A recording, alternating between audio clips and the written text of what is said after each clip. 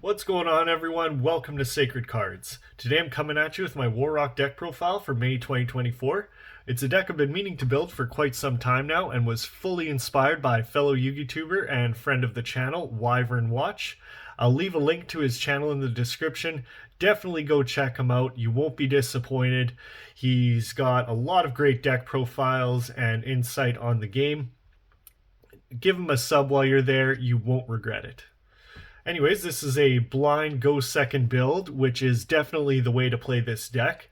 It doesn't do a lot of combos. All the work is done in the battle phase and tries to beat down the opponent with this unique Earth Warrior strategy.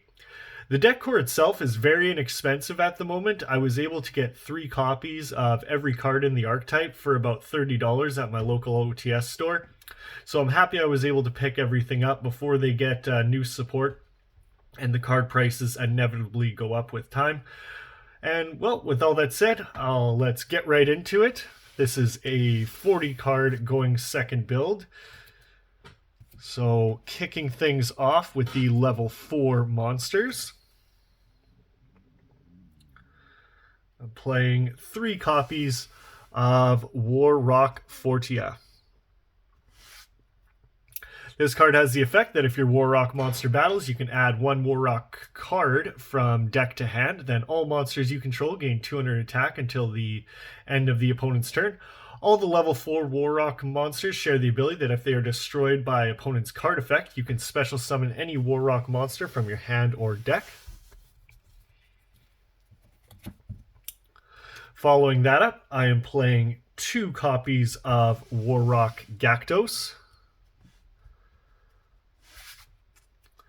This one is an extender, as if an Earth Warrior is a normal summon, you can special summon this card from your hand. Once again, if it is destroyed by opponent's card effect, you can special summon a War Rock from hand or deck. And the last level 4 I'm playing is 1 copy of War Rock Wento. I think 1 copy of this card is fine, as we do have better normal summons available, but I do like the quick effect during damage calculation. If your Earth Warrior monster battles, you can pay 800 life points to reduce that monster's attack by 800 points, which does come up when you're trying to get over big monsters, as well as being able to special a War Rock from hand or deck if it is destroyed by an opponent's card effect. Now, moving on up the ladder, I have 2 level 5 monsters in 1 copy of War Rock Mahmood and 1 copy of War Rock Orpus. Both these monsters can be normal summoned freely without tributing if you control no monsters or only warriors.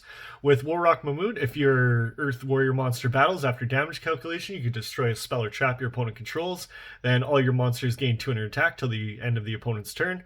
Orpus is very similar, except this card will send an Earth Warrior from your deck to the graveyard, which is very helpful for sending cards you don't want to draw into and have easy access to the graveyard.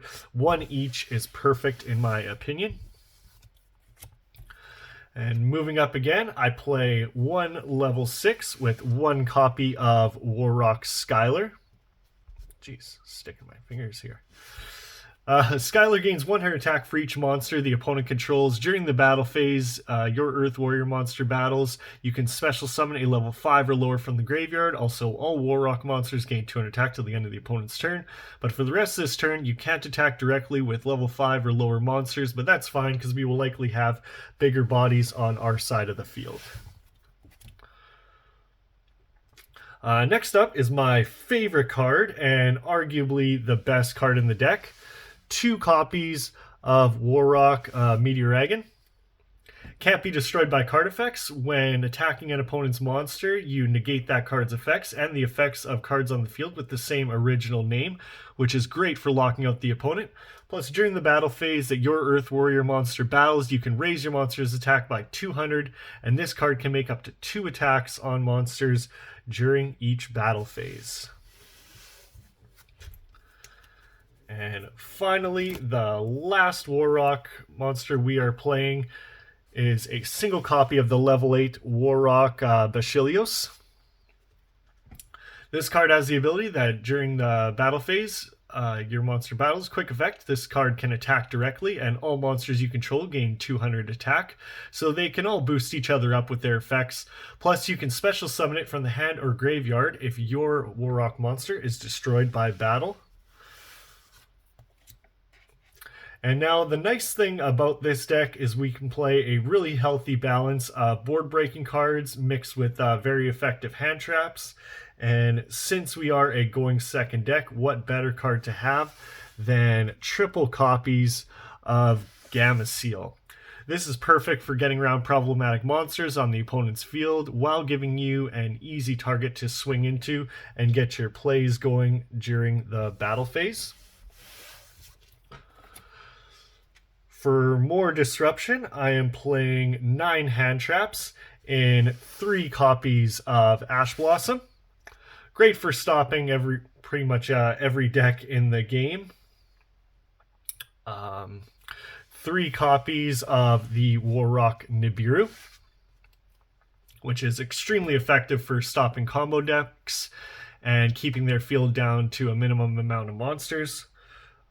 2 copies of Ghost Ogre to combat, just to help clear the board and pop spells and traps, and 1 copy of Ghost Bell to, combat those graveyard effects. This lineup has been fantastic throughout testing, and this deck has a lot of room for cards that can stop the opponent. We also do play some more board breakers and interruptions in the spells, which I will get into right away, as that is it for the monsters. Moving on to a fantastic field spell, and you guessed it, 3 copies of Warrock Mountain. Absolutely beautiful card. When activated, you can add a Warrock monster from your deck to your hand, so it's essentially an extra copy of any card you want to see.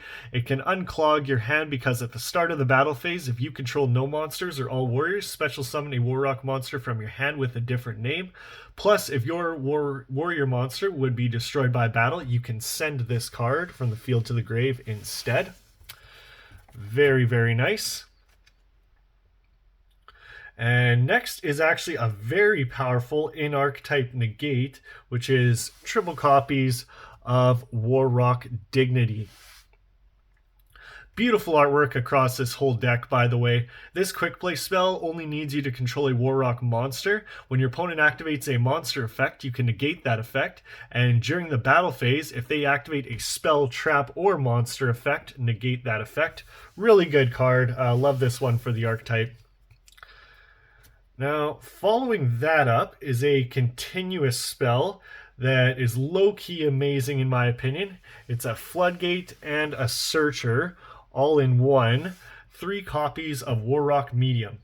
If your opponent controls a special summon monster, which they always will, even if it's the kaiju you just gave them, and you control level 7 or higher, neither player can activate effects of monsters on the field during main phase 1, which doesn't affect us one bit because we do all our work during the battle phase. Plus, during your main phase, you can search and set one of your Warrock spells, giving you easy access to Warrock Mountain or Dignity. Next is 2 copies of Magnum Shield. Yes, that's right.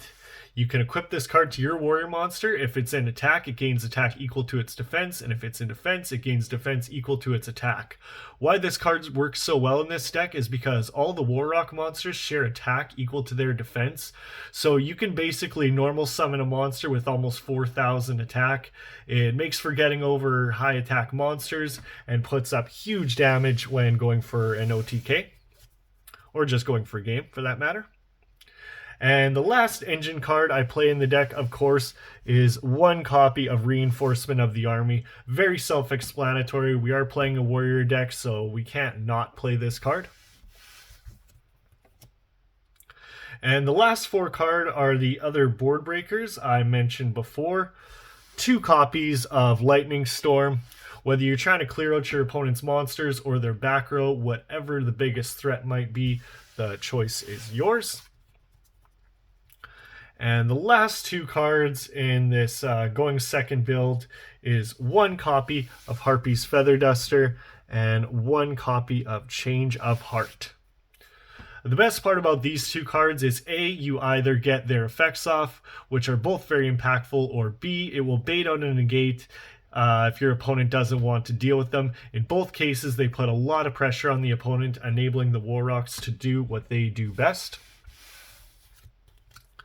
That is it for the main deck. Moving on to the extra deck, which I'm going to tell you right now doesn't really matter. Play whatever you want to play. It's mainly just toolbox to deal with the opponent if you really need. So I'm not going to spend too much time on it, with the exception of maybe one or two cards, which is two copies of Ferocious Flame Swordsman. This Link 2 Warrior fits the bill perfectly for this deck, as it will boost all warrior monsters on the field by 500 attack, including itself. Also, if it's destroyed by battle or card effect, you can special summon a warrior in the graveyard. And following that up is one copy of Ra-10, the Heavenly General, and one copy of Barricade Borg Blocker. Ra-10 can special summon a level 4 from the hand and destroy a card at the start of the battle phase. Borg Blocker can revive a continuous spell from the graveyard. I don't actually own the BLS Link 3 at the moment, but you might definitely want to play that, being a really good Earth Warrior option. So just throwing that out there. And then a small Nightmare package, and one copy of Cerberus, one copy of Phoenix, and one copy of Nightmare Unicorn. Cerberus to pop a monster, Phoenix to pop a spell or trap, and Unicorn to shuffle back a card. Moving on to the XCs, one copy of Cowboy. That's right, sometimes you just need that little bit of extra damage to go for game. Now, like I said, this is most of this is rank 4 toolbox. So we have one copy of Abyss Dweller and one copy of Tornado Dragon. Dweller can shut down the opponent's graveyard, and Tornado Dragon can quick effect destroy spells and traps. Both these are quick effect, actually. And next, for some monster negates, one copy of Giant Hand and one copy of Baguska for stalling out the opponent. And rounding out the extra deck, we have one copy of Utopia and one copy of Utopia the Lightning.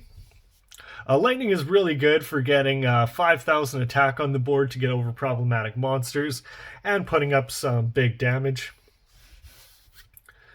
And finally, I threw in one copy of Drill Driver just to stack on a rank 4 and hit him for some piercing battle damage. Zeus or Typhon would also be really good, so definitely might want to include a copy. But like I said, you probably won't go into the extra deck that much, as it's the main deck that takes care of itself. So, well, that is it for the deck profile. I really hope you enjoyed it. If there's anything you like or don't like, please leave me a comment telling me what you think. Be sure to like the video if you did, and subscribe for more content. Thank you for your support. I'm SacredCards. See you all in the next one.